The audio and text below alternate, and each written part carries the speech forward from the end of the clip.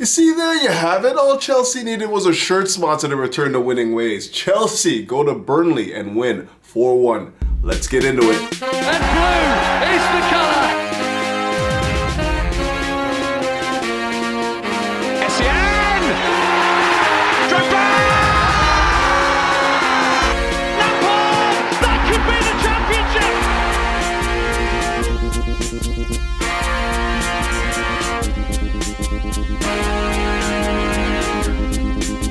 Greetings! Welcome back to Couch Critic with me, Dennis P, for what is your Chelsea match review, but more specifically, a tactical synopsis of Chelsea's performance against Burnley.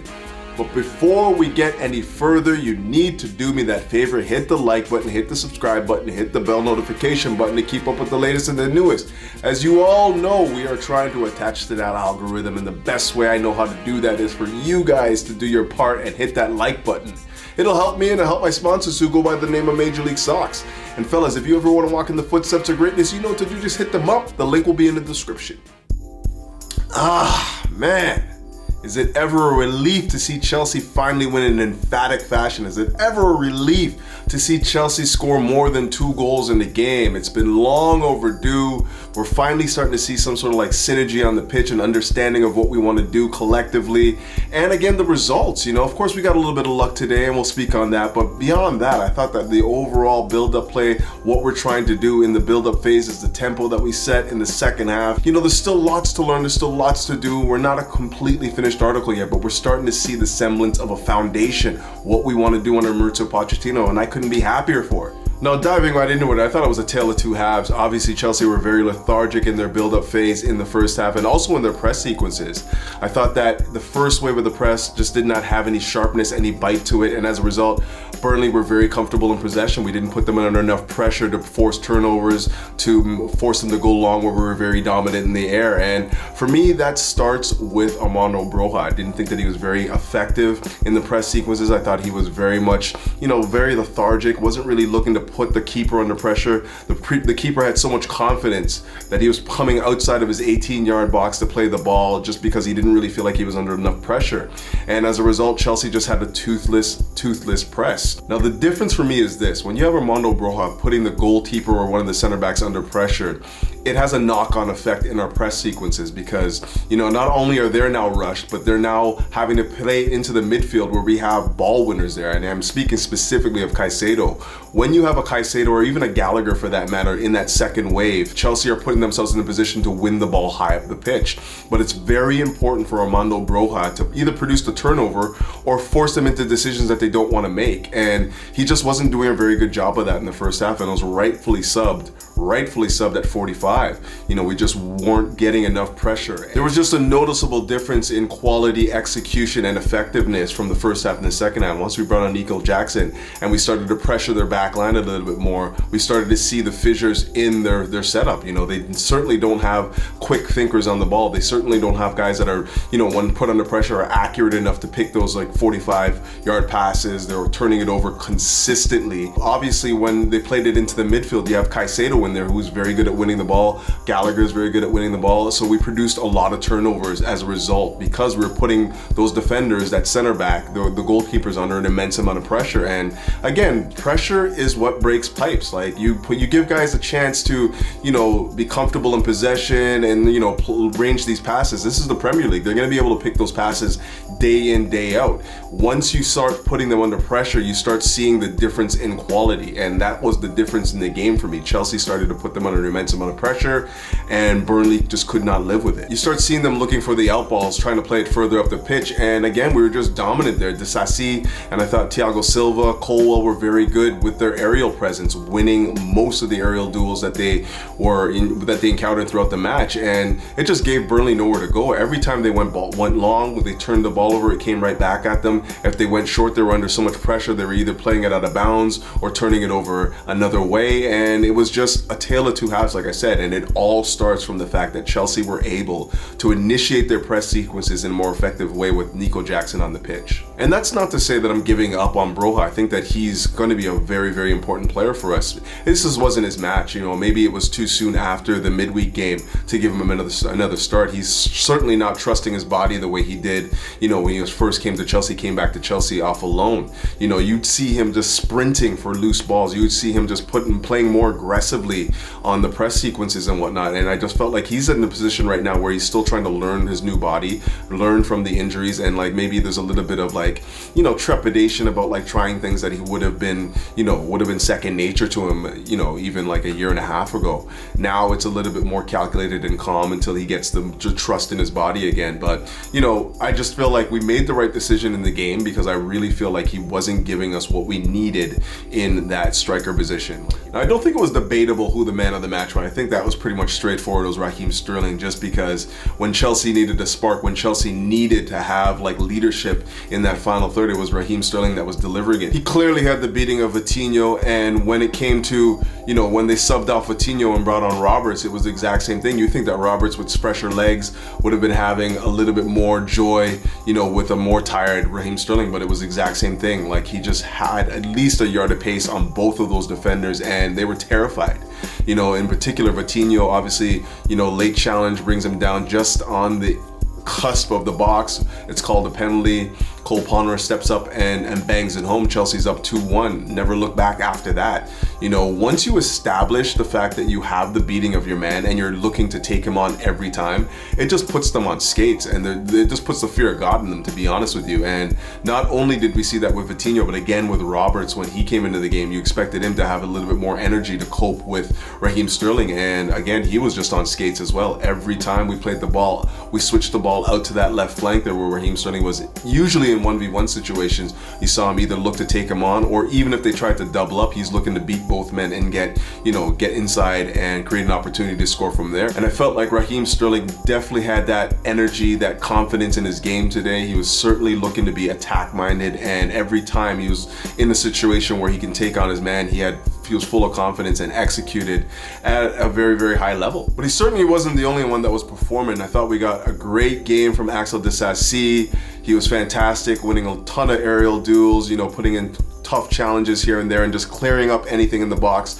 when we had danger. But again, a little bit further up the pitch, we had Caicedo, who had a fantastically efficient and effective game, and it's not one that's going to show on the stat sheet. He's not going to be winning like 6, 7, 8 tackles a game or whatever like that. It's just what he does when he's in possession, his intelligence on the ball, the tempo that he keeps when we're playing, keeping things moving, 1-2 touch passes, finding effective out balls every time, and not just with 1, 2, 3 touches. He's doing it on the 1 touch, releasing guys, and it's just, this is why we bought him. This is why. The tempo that he sets and the ability to play these passes that break us into space is just of a level that is, I don't even know how to speak on it. He's very similar to Conte in that he's a very good ball winner and he anticipates extremely well where he needs to be. He's aggressive when he's in the challenges as well.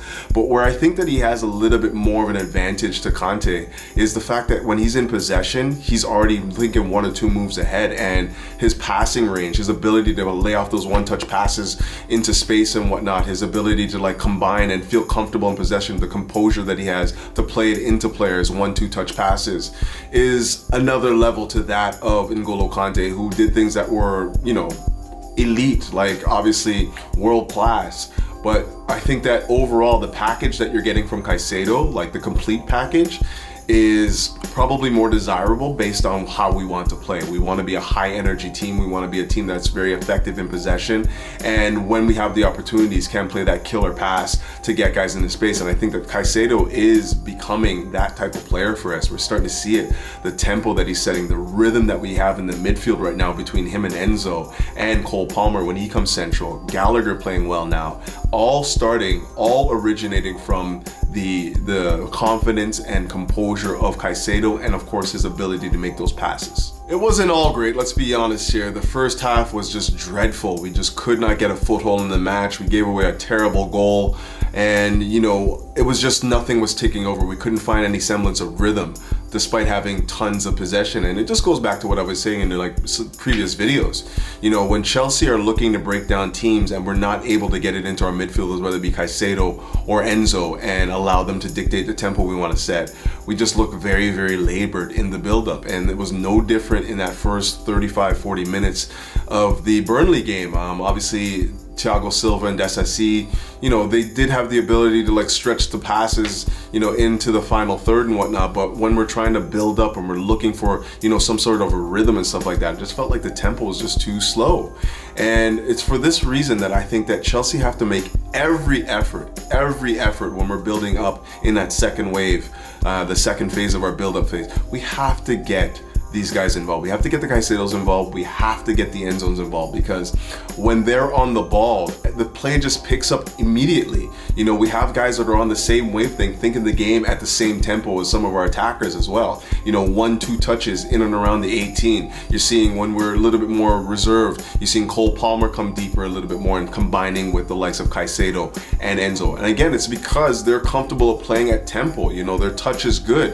When you have Enzo, Caicedo, Gallagher's been good the last couple of games in this regard as well. When you have those guys in the middle of the pitch, you need to service them, because that's where the game is going to speed up. But we have the clever thinkers in that particular area to control the play there. I'm looking for more bravery from our back line, more bravery from the likes of Colwill, Silva, Disasi, to just play it, even though you think that they're under pressure, whether it be Enzo or Caicedo, play it into them and trust that they're going to make the right decisions, because more often than not, they do. And of course, all of this comes with time and experience and, you know, really rehearsing, getting a foundation established. And I feel like that's exactly what's happening right now. I mean, like, even 3 weeks ago, you're hearing people saying that they don't trust Poch.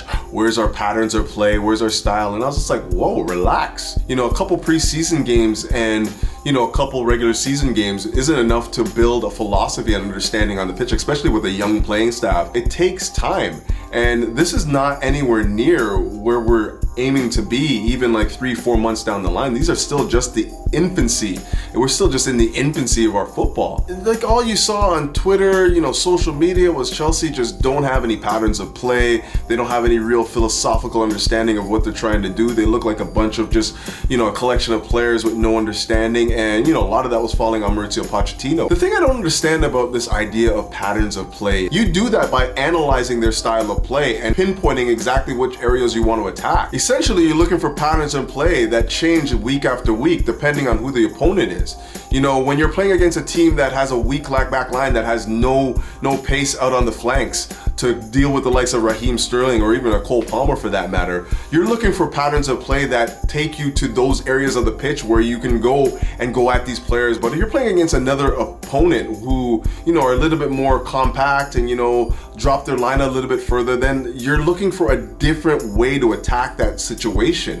You know, it's not like you're always going to be using the same tactical deployment to beat one team to the next. The beauty about having a manager who understands how to read the game, analyze the game, and see what's happening on the pitch, and then, you know, relay that message to the players, is that you're not looking at one specific style. You're looking at how to win the game. What is the most effective way to beat this opponent? Sometimes it's centrally, sometimes it's out wide, sometimes it's about building up on the left and then shifting it to the right, you know, looking to get in 1v1 situations over there, you know, looking for cutbacks.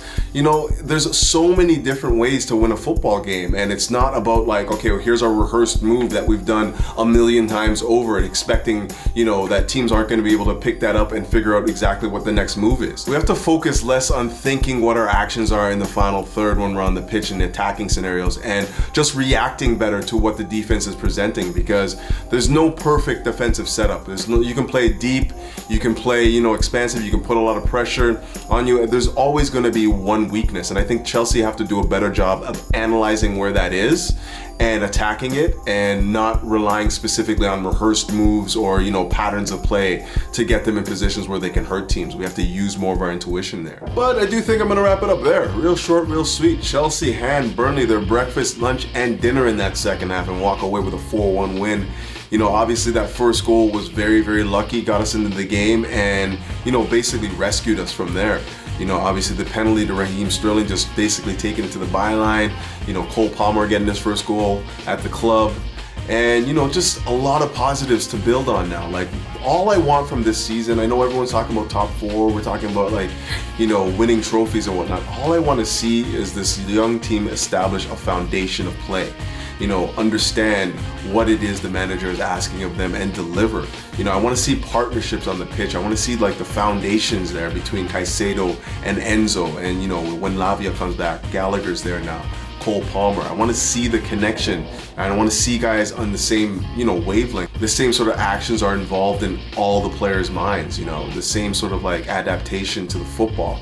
That's what I want to see. I don't think that Chelsea are in a position right now with the young playing staff that we have assembled to be thinking about, winning the league this year, or, just marching up the table in impressive fashion.